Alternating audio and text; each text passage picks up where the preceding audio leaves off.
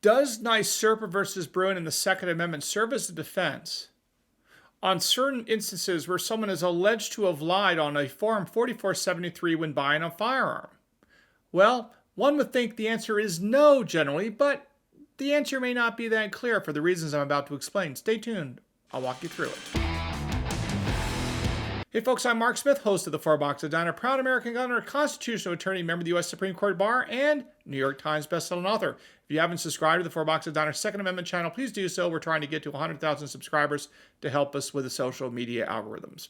All right, folks, so we recently talked about a federal district court case in the United States District Court for the Eastern District of Kentucky called United States versus Combs.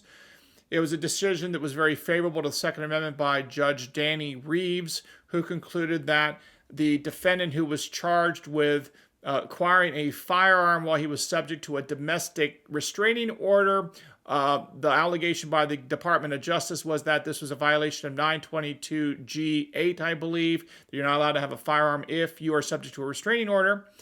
Well, Judge Reeves tossed that part of the indictment out on the grounds that the government failed to show that there was a historical analog at the time of the founding that would justify the existence of the law 922G8 that would deprive someone of their fundamental right to keep and bear arms.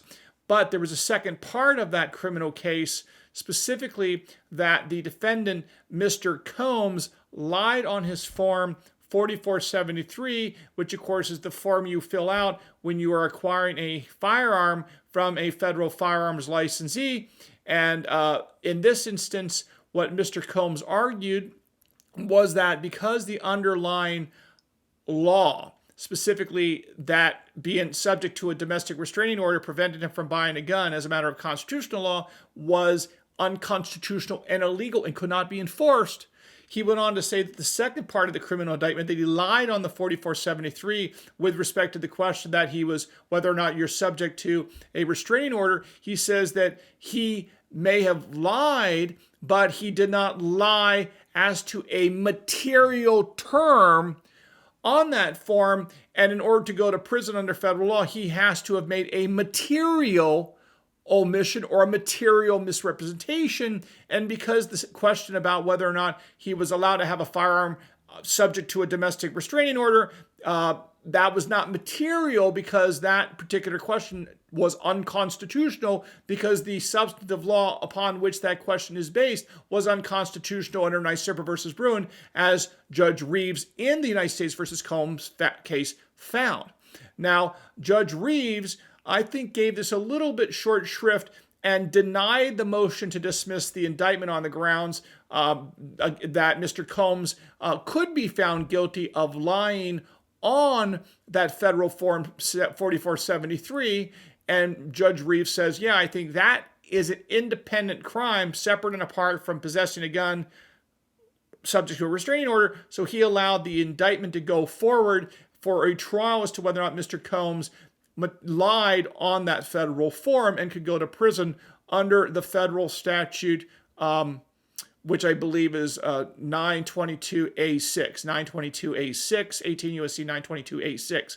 Now, I'm going to read, I wanted to explain to you why I think, I'm not taking an official position here because I want to think about this a little bit more, but I actually think there are arguments that Mr. Combs is correct, that if the underlying statute upon which you're forced to make a disclosure is unconstitutional under the Second Amendment or for any purpose, I'm not sure whether or not making a false statement on a federal form would constitute a crime, because I'm not sure it would be material. Now, I'm not sure, I don't have an official position on this, right or wrong, but I do want to bring to your attention, because there's people out there that litigate these cases all the time. They've looked at the case law. They're much better positioned to advise you and others as to what you can and cannot do. Obviously, you should never lie on a federal form. You don't want to go to prison. It's not worth it. So I'm not advocating that anyone lie on any form ever. Never a good policy, never a good plan, because the government, if they get a chance, will try to punish you. So you don't ever want to get caught in that position where you're lying on any governmental firm.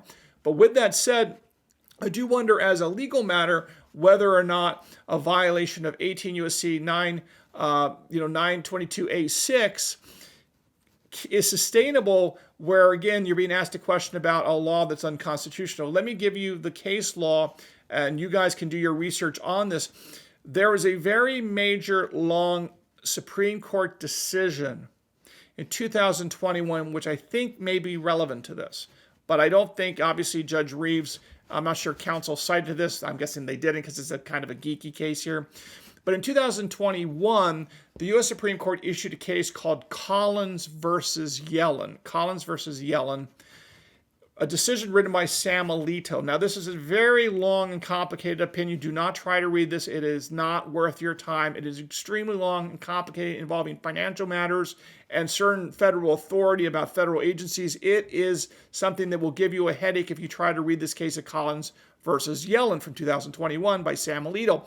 With that said, there's a couple parts of the opinion that you can laser focus on that I think might be helpful in this case involving Mr. Combs and other people that are accused of violating federal law with terms of misrepresentations, where the underlying law upon which you allegedly lied about is unconstitutional. Here is my kind of working theory I'm playing with. Again, I'm not sure I completely agree with this, but I want to put this out there because you guys can figure it out and think about it yourselves. So the bottom line is this. If you look at the Collins versus Yellen case, what Sam Alito writes specifically is that if there is a law that is unconstitutional from the start, it is deemed never to have been law. I'm going to read the relevant language from this Collins versus Yellen case. This is what Sam Alito wrote in that 2021 opinion, quote, although an unconstitutional provision is never really part of the body of governing law because the Constitution automatically displaces any conflicting statutory provision from the moment of the provision's enactment, it is still possible for an unconstitutional provision to inflict compensable harm. The last clause is not particularly relevant as I see it, but the key here is that Justice Alito, on behalf of the U.S. Supreme Court, specifically says that quote, the Constitution automatically displaces any conflicting statutory provision from the moment of the provision's enactment.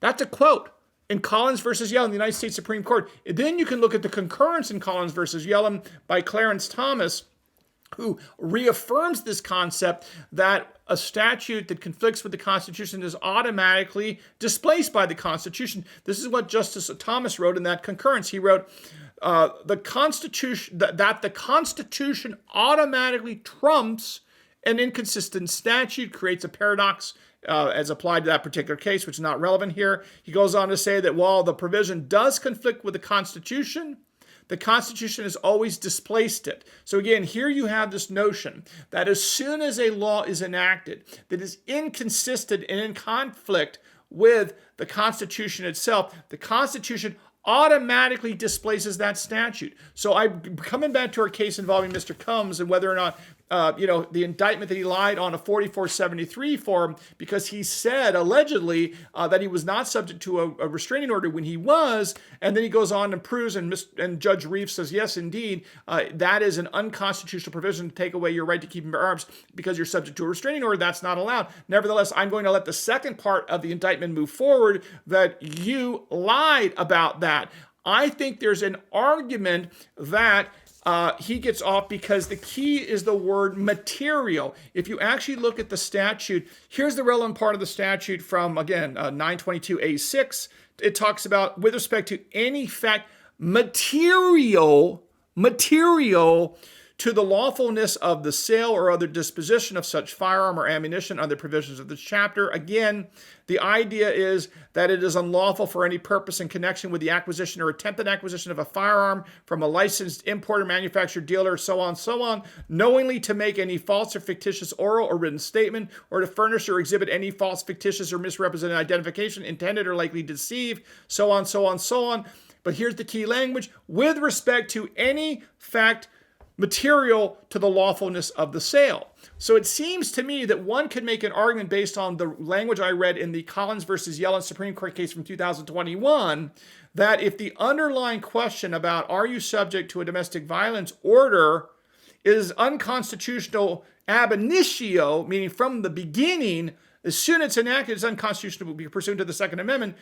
When they are asked about it on a 4473 form, it seems, and you make a misrepresentation about that status, it seems to me there's a strong argument that could be made that that is not, with respect to any fact, material to the lawfulness of the sale, because again, it doesn't affect the lawfulness of the sale if the question is about an unconstitutional provision of a federal statute. Now, you could make an argument there's maybe a breach of contract concept, totally irrelevant to what we're talking about here, but if you're super geeky, you can ask yourself whether or not that's a misrepresentation to a FFL that could be a breach of contract. I don't see how that could possibly fly. There'd be no remedy anyway, but that's for you commercial litigators out there if you're watching this. But in terms of the constitutionality and the criminality of it, I think that the Collins versus Yellen case could be a very powerful precedent to argue that in cases like Mr. Combs, where he allegedly made a false statement on a 4473 form, could possibly get out of jail or avoid prison and avoid a criminal conviction